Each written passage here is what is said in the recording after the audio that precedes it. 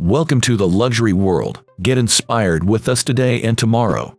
When we contemplate that the Omega Speedmaster only needs to outdo the Rolex Daytona, a timepiece widely regarded as the epitome of luxury and sophistication, the benchmark is raised to unprecedented heights.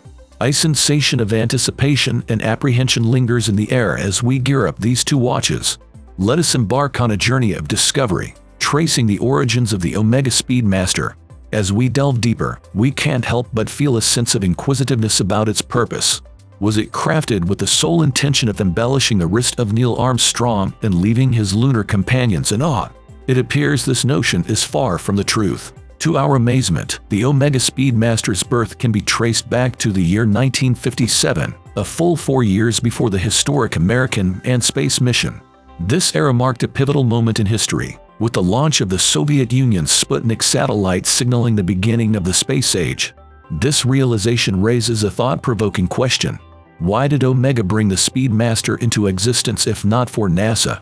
The title, Professional, provides a crucial hint. In 1957, Omega unleashed a trio of watches under this new label. These were not your average watches, but rather hefty timepieces, designed to cater to the needs of various industries.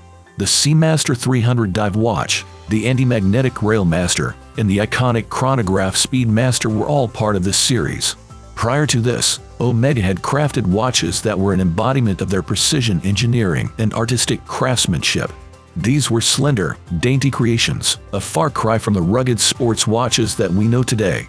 Omega once reigned supreme as the industry leader until Rolex presented its Submariner, GMT Master, and Milgauss models.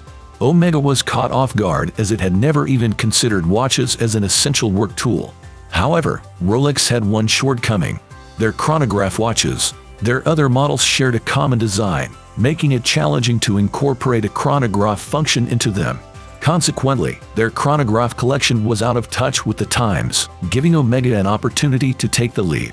In a calculated move to take on Rolex, Omega launched a three-pronged attack with the Seamaster 300 and Railmaster challenging the Submariner and Milgauss, respectively, while the Speedmaster was an entirely new breed, created to outshine Rolex.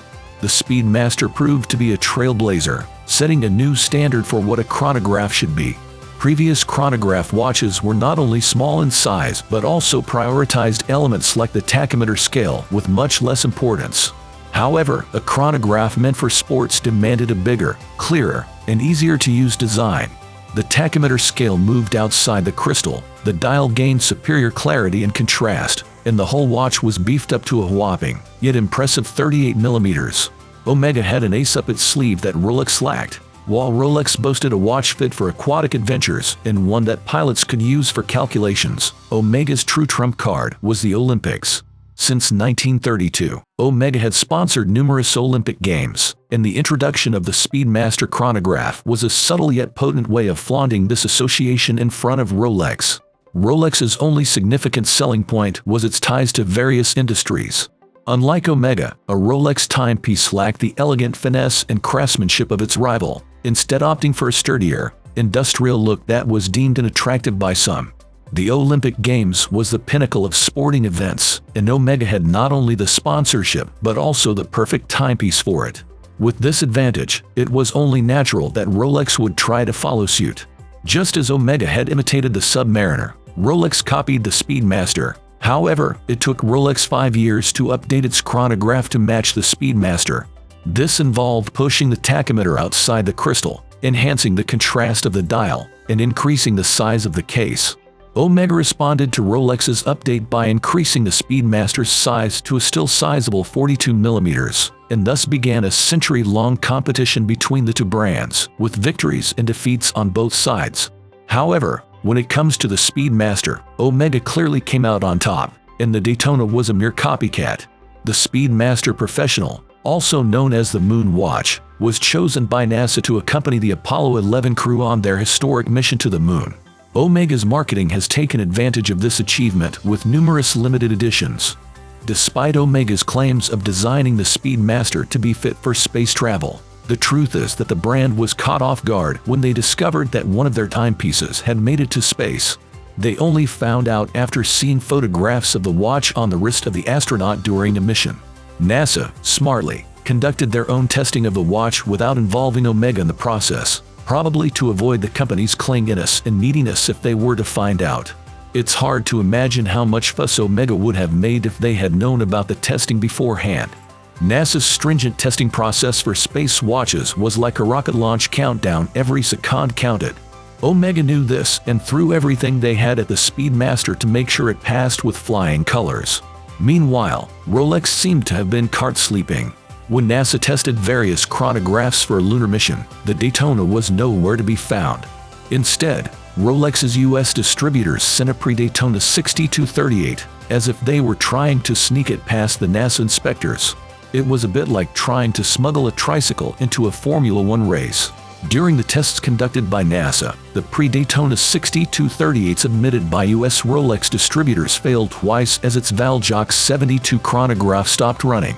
Moreover, it failed the humidity test as it suffered from condensation, and during the temperature test, the hands failed to work correctly.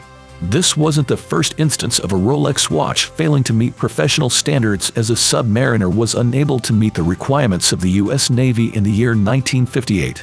No matter how you look at it, the Speedmaster outshines the Daytona, particularly in terms of its movement. In those days, the Speedmaster featured the caliber 321, while the Rolex had the Valjox 72. The contrast between the two was apparent, as both were column wheel hand-wound movements. Nevertheless, the 321 survived the NASA tests, while the Valjox 72 experienced glitches and ceased to function reliably in the severe conditions. In today's world, the moonwatch is still up for grabs with its original caliber 321, but it comes with a hefty price tag. Alternatively, you can opt for the 3861 movement if you're on a budget. On the other hand, Rolex's Daytona now comes with the caliber 4130, which is a technically sound and efficient engine, but lacks the cool factor of Omega's offerings. With its impressive 72-hour power reserve and thick vertical clutch, the caliber 4130 is an efficient and technically advanced movement. In comparison, Omega movements offer only around 50 hours of power reserve and require manual winding.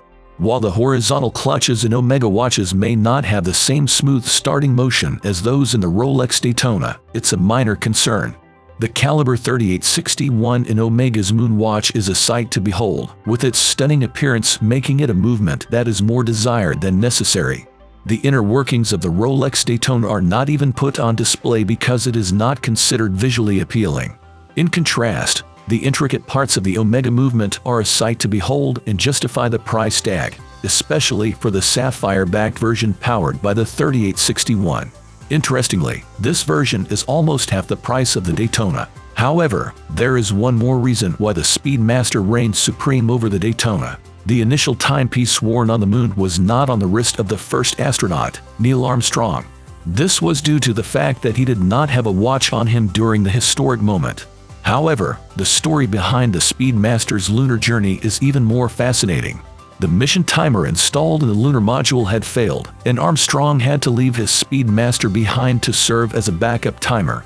This event underscores the capability of the watch and its remarkable performance under exceptional circumstances. Nonetheless, this is not the focal point of the message that we aim to convey. After the Apollo 11 mission, Buzz Aldrin's Speedmaster was set to become a prized exhibit at the Smithsonian, yet it was almost stolen before it even got there. This was back in 1969, long before the trend of stealing Rolexes from unsuspecting individuals had begun, before the Daytona had become a symbol of coolness. Surprisingly, it was the moonwatch that people were after. Aldrin's original moonwatch, which was supposed to be collected by a fleet of vehicles after the Apollo 11 mission, was stolen and never made it to its destination. Although NASA acted swiftly by confiscating the Speedmasters of Armstrong and Collins as a replacement, Aldrin's watch, which was a precious and historic artifact, has never been recovered since. In conclusion, based on the reasons we mentioned in this video, it is in our opinion that the Speedmaster outperforms the Daytona in terms of functionality, durability, and overall value. However, I would love to hear your thoughts on the matter. Which watch would you choose and why? Feel free to share your opinion in the comments section below. Thank you for watching, and we look forward to seeing you in our next video. Once again, this is the Luxury World.